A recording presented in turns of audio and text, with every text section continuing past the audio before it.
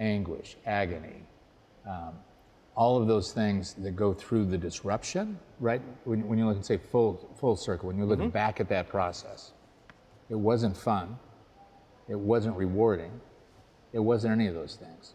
And I knew the game going in, right? So I knew all those things eventually happens when you enter that political arena, especially from a business point of view. There are very few businessmen that ever survive in the political milieu in Washington, ever. It's a different, including Donald Trump, by the way, who I have great admiration for. And I did this, honestly, at the beginning, thinking that he was just renegotiating his apprentice contract, right? At the very beginning, nobody really knew was he serious or not serious, but including you, including me. But he was a friend, and he needed some Wall Street institutional help. So Mnuchin and I were kind of the only guys available at the time. But you were public. Mnuchin was quiet about it. Exactly. And Donald is, as we've seen, he's a tour de force. His instincts are amazing, and he found a fissure in America that he drove a truck through, and that was an amazing adventure. Watching it was amazing, and my admiration for him, and having the thick enough skin to really drive through all that and adapt and adapt and adapt. Any regrets? No. Look, I look at from my simple beginnings of where I came to have the gift and the opportunity to be next to a president of the United States, to have the honor of running an inauguration, to be up close and personal on some issues that affect world order.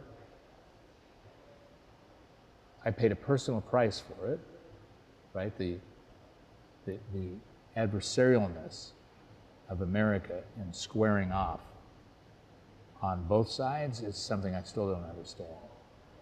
But I'm honored, and I look at it, I support the President of the United States. Joe Biden, number one, I know he's a super human being.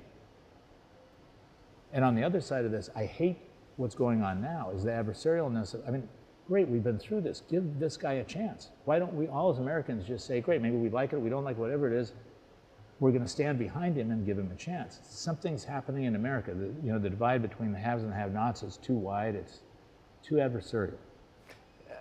You were about as close to being in the White House without actually being in the White House. How do you think history will judge the Trump presidency? I think better than it looks right now, actually. I think a large amount of what he did substantively was solid. What didn't work over time, which I've found for all of us as a lesson, is we're not ready to pay the price of harshness or abusiveness or of bad rhetoric or of bad global elegance and conduct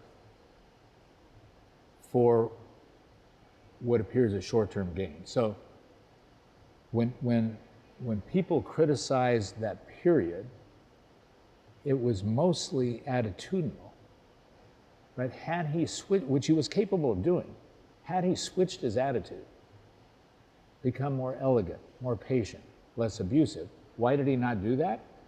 My humble opinion, as we talked about it, is there's a constituency in America that didn't want him to do that. There's still a constituency that does want it, right? When you talk about people who don't want to be vaccinated, it's red and blue.